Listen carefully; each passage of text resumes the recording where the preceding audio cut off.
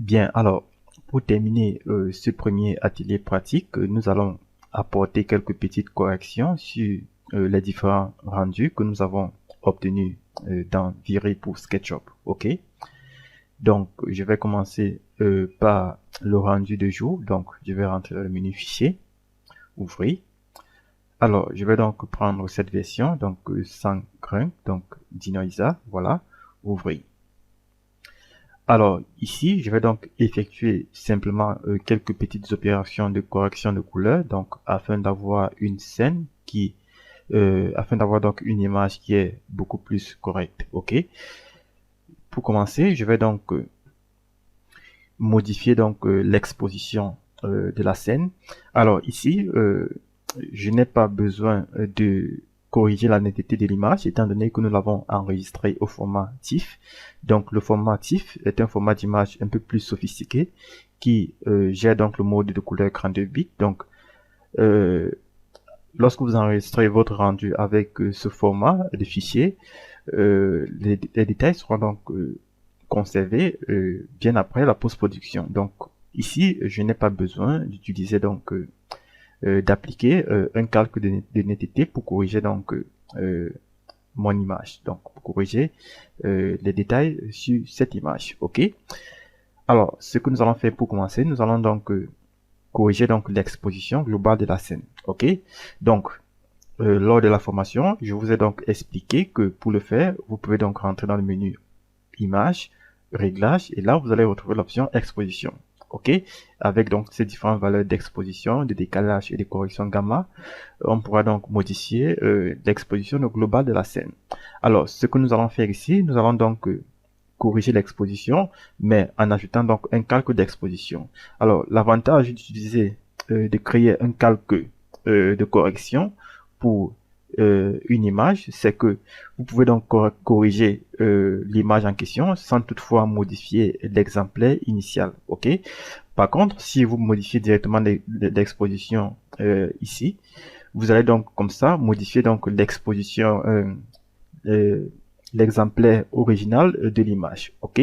Donc, ce qu'on va faire ici, nous allons donc ajouter un calque d'exposition. Voilà. Donc, je clique ici et je prends exposition. Voilà. Alors, ici, ce qui fait que là, vous avez donc comme ça un nouveau calque qui s'ajoute automatiquement ici. Et je peux donc très facilement et très rapidement modifier donc l'exposition de ma scène sans toutefois toucher donc l'exemplaire original de mon image. Ok. Donc, je vais légèrement remonter ici. Donc, disons une exposition comme ceci. Voilà. Disons voilà. Donc, celui-ci nous convient très bien. Ok. Alors, donc, après l'exposition, on va appliquer donc une correction de couleur. Donc, toujours ici, je vais prendre la balance des couleurs. Voilà. Je vais légèrement rentrer vers le rouge. Voilà, pour changer donc la température de la scène. Disons qu'ici, je vais aller en arrière vers le jaune. Voilà, donc on a ici une tonalité un peu plus correcte. Ok. Voilà, donc je peux rentrer légèrement en arrière. Ok. Donc, chaque fois, je peux donc rentrer ici à l'exposition pour diminuer légèrement l'exposition de la scène ou augmenter éventuellement en fonction donc du résultat que je souhaite atteindre. Ok. Alors, euh, je peux également ajouter un calque, disons, euh, de coupe. Donc, la courbe ici va presque jouer le même rôle que l'exposition. Ok. Donc, je peux simplement légèrement augmenter. Euh, Disons qu'ici, nous allons rentrer un peu plus en arrière. Alors, je vais simplement supprimer ceci. Donc, je n'ai pas besoin des coupes. Je peux simplement gérer l'exposition avec ce réglage d'exposition ici. Voilà. Donc, là, j'ai un résultat correct. OK. Alors, là, je vais donc ajouter les éléments réflexion et réfraction pour donner donc un peu plus de clarté au niveau de ma scène. Je vais pour cela rentrer ici dans le menu fichier, ouvrir. Donc, je vais ouvrir l'élément réflexion. Voilà. Alors, donc, CTRL A pour sélectionner, CTRL C pour copier. Je vais l'ajouter ici, CTRL V pour coller, voilà. Je rentre donc à ce niveau, mode de fusion, superposition, voilà. Donc, vous pouvez donc constater qu'avec ce calque, on a pu augmenter la clarté au niveau de notre scène, ok.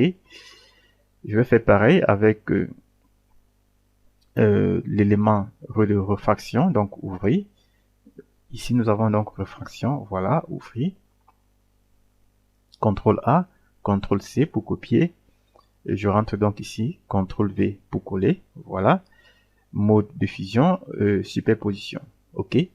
Et là, on a donc également un résultat beaucoup plus correct, ok. Alors, donc, je ne vais pas compliquer la post-production de ce rendu, donc je vais m'arrêter à ce niveau, donc, et enregistrer donc cette version finale. Je vais légèrement augmenter une fois de plus l'exposition, voilà, donc disons comme ceci, voilà, donc 1,45. Alors, donc, je vais donc l'enregistrer, enregistrer l'image finale, donc fichier enregistré sous, voilà. Là, nous allons l'appeler scène extérieure jour finale, voilà. Donc, nous allons l'enregistrer dans ce dossier rendu finaux, voilà, donc enregistrer. Alors, attention, nous allons prendre le format de fichier PNG, donc enregistrer sous, voilà. Donc ici, je prends le PNG, ok. Donc scène extérieure jour finale. Voilà, donc ici, rendu finaux, je vais donc l'enregistrer ici. Voilà, donc ok. Alors maintenant, nous allons travailler donc avec le rendu de nuit que nous avons produit, ok. Donc fichier ouvrir, je vais donc l'ouvrir, je rentre ici, rendu de nuit, voilà. J'ai donc cette version Dinoisa, ok, je vais donc l'ouvrir. Alors, donc on va procéder de la même façon ici. Donc je vais premièrement régler l'exposition de la scène. Donc ici, je vais simplement ajouter un calque d'exposition, voilà, et légèrement modifier donc l'exposition avec les valeurs que nous avons ici. Ok, voilà. Ensuite, je vais, disons que je vais rentrer à 1,45, voilà. Je vais également ajouter ici la balance des couleurs, donc le calque balance des couleurs, voilà. Ici, je vais donc légèrement donner un aspect jaunâtre au niveau de la scène, ou bien un aspect bleuté. Ça dépend du résultat que vous voulez obtenir. Donc, étant donné que nous avons des sources de lumière jaune un peu de partout, donc il est préférable ici de donner un aspect un peu plus jaunâtre de la scène. Ça donne un air beaucoup plus réaliste dans votre scène, ok. Donc voilà, je vais légèrement agrandir cette valeur, voilà, ok. Ici, je vais légèrement, alors, je prends ce violet, voilà, ok. Et enfin, ici, est-ce qu'on prend le rouge ou le cyan? Bon, disons, un effet un peu plus rougeâtre, voilà, ok. Donc, notez que vous pouvez modifier l'arrière-plan de cette scène, ok, pour avoir donc un arrière-plan de nuit un peu plus personnalisé. Donc, vous avez les environnements de nuit avec des nuages, etc., que vous pouvez donc modifier et placer donc ici. Donc, tout simplement avec l'outil de baguette magique, vous allez sélectionner quelques parties, quelques zones de cet arrière-plan pour supprimer, ok, par exemple comme ici également, ok, et remplacer donc les parties supprimées par un arrière-plan personnalisé, ok. Donc je vais ajouter donc le calque de ici, donc ouvrir, je vais ajouter cet élément de rendu, donc lightings, pour contrôler plus en détail l'éclairage dans la scène. Donc CTRL A, CTRL C, CTRL V, voilà.